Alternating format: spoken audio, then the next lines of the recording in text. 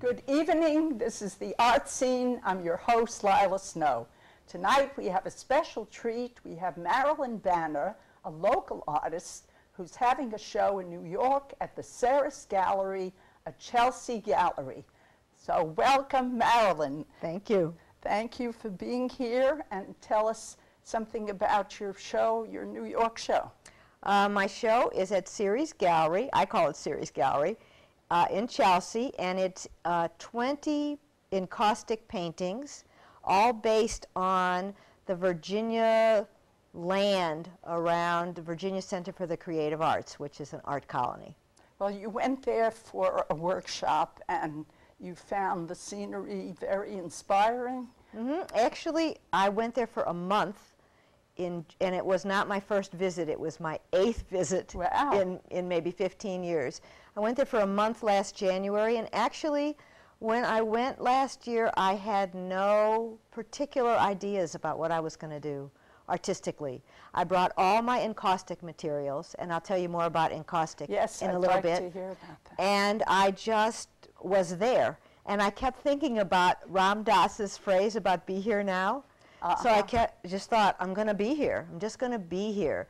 And what happened was that the land started, I just started to be there. Talking to you. In that way. And because I had been there before, I had already, let's say, soaked up some of the Blue Ridge Mountains and how beautiful it is there. But it was the middle of winter. There was no color. And I just started to soak up the land. And over that month, I did several paintings that I would not say were direct representations of the land, but I really let the different kinds of light and textures and shapes and the whole experience go into me and then come back out. That's wonderful, the process for an artist. So was this your first experience with encaustic medium? It was not. Good question. Several years ago, again, at that same art colony, a woman was cleaning up one day at lunch, and she said, "Would anybody like to come in and see what I've been doing?"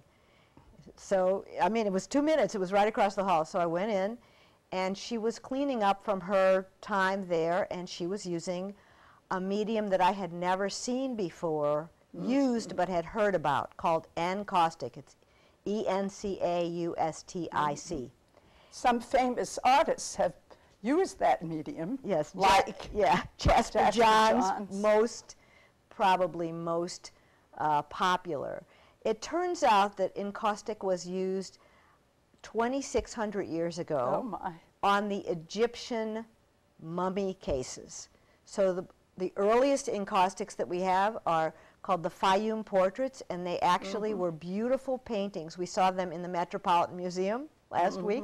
Beautiful paintings of a person who either had recently died or was in the process of dying. So they're beautiful portraits, and they're placed on the face of the mummy case. And they last a long time. This medium Forever. is very sturdy. It's very sturdy. So I saw this woman doing this work, and I said, I need to learn that. And she told me where I could go take a class. I took a week-long class, and that's all I've been doing.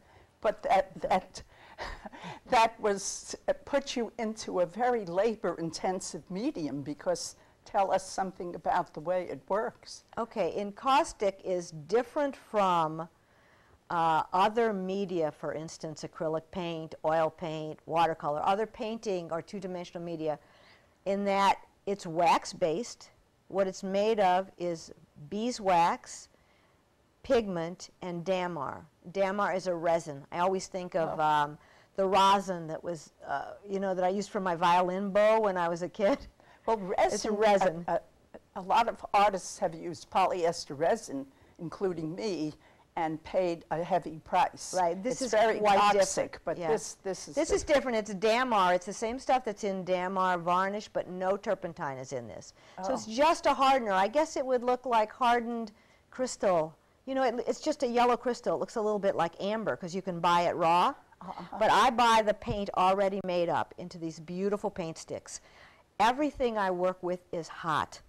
It's about, the paint has to be melted to 200 degrees. So I work with a a setup that looks like a big hot plate, about so big, 16 by 16, with an actual heating element underneath. My support is hot, my brushes are hot, the paint is hot. When I paint with the wax, of course it cools the way any wax would cool, you know, after a candle drops and the wax cools. Every time I put a stroke down or I cover, let's say I put 100 strokes down in different places like that, I have to then take a heat source, heat up the wax till it gets shiny, which means that it is fused to the layer of wax underneath. If I don't do that, if I just painted with it like acrylic paint, it would, when it's cool, it would flake off like phyllo dough. All the wax layers would flake off. So every single stroke has to be fused. Well, I was a chemist before I became an artist, and I constantly am reminded about how useful that is. You really are sort of working in a laboratory format, and you have to know how the materials interact, and it's amazing how close that is. I felt so at home, as if I was back in the lab, and it sounds like that's exactly what you're doing. So is your studio at home?